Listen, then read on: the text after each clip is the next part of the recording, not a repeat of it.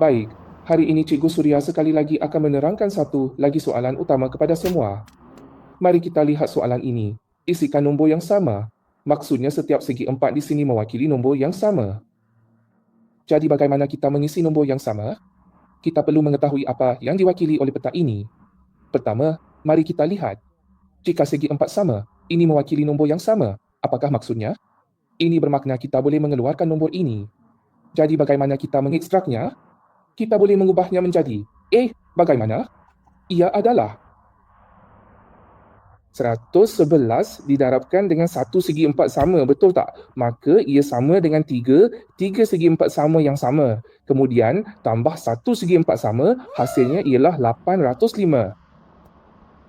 Jadi, inilah bahagian yang sangat penting. Jika setiap kedudukan itu adalah nombor yang sama, kita boleh mengekstraknya seperti ini untuk memudahkan pengiraan. Jadi, seterusnya, bagaimana kita nak lihat? Pertama, kita perhatikan bahawa 111 petak ditambah 4 petak. Jadi, terdapat kira-kira 111 petak kesemuanya, iaitu 4. Dan itu bersamaan dengan 111 tambah nombor 4.